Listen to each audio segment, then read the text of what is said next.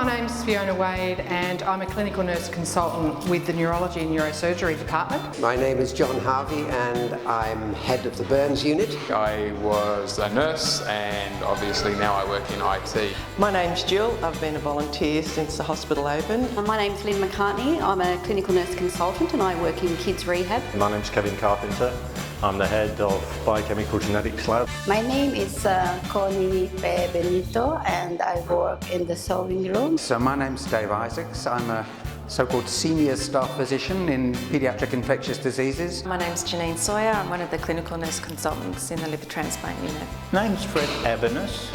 I currently work in stores as a stock controller. And my name's Debbie Lewis, I'm a paediatric nephrologist and I work in the dialysis and transplant unit.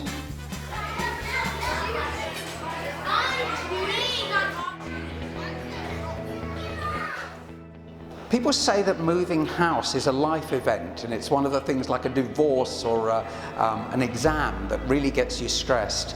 And I found it pretty stressful, the move, I have to say. I think it's fair to say there was a lot of anxiety. We were a small, I think, very closely knit community at Camperdown. Oh, it was so big. Like, we came from such a small, cosy little hospital where you had to turn sideways to walk down the corridor when Joe came with a patient side to this massive place that was just so big we couldn't find anything. The secretary said to me I was the acting head. I said, but there's only one person in the department.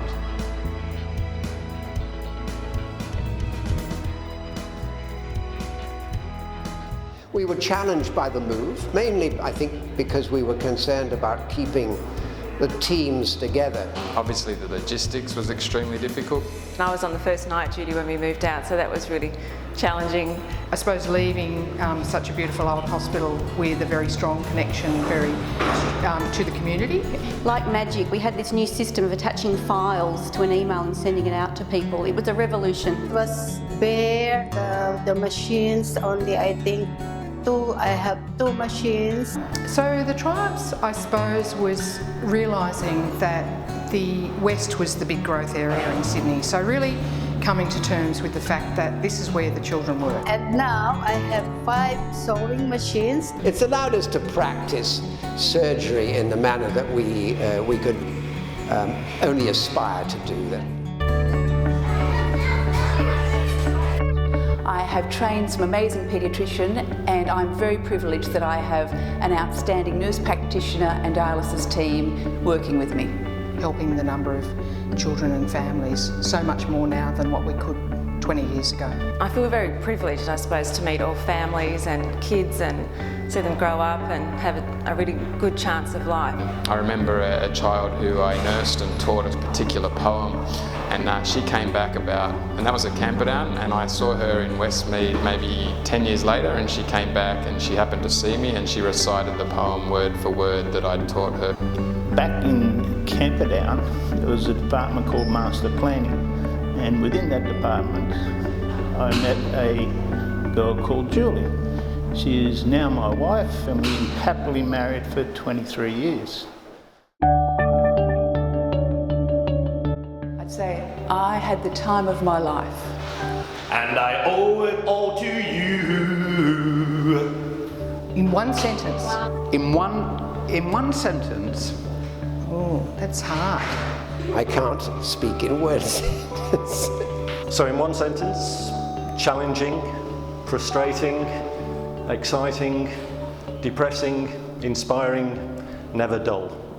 The reason it's difficult is because, you know, the complexity of the care now is so different to what it was 20 years ago. There's no question that it's been a great privilege to work here.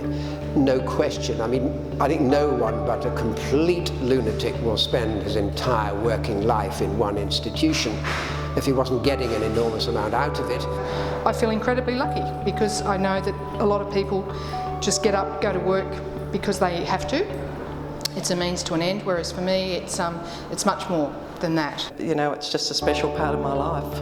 Working in this hospital is like working with my family, giving all my love, care and attention. Working here is definitely about more than just the physical building and the space. It's about being part of a team of people who really care about what they do and care about making a difference in the lives of children and their families.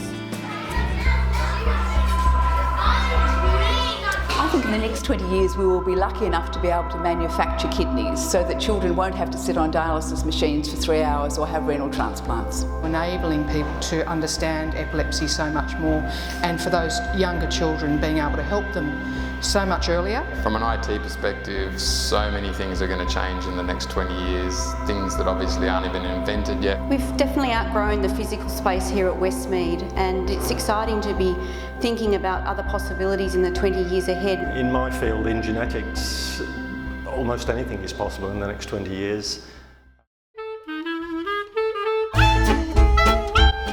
That's it, that's a line. So that was sort of tricky in a sense, but it was fun. And what was the other thing? It's a bit hard speaking into the camera lens, isn't it? Oh, so everybody's been looking at camera. Can I start? They're having a little conversation there. Part of my role, I used to drop around clinic.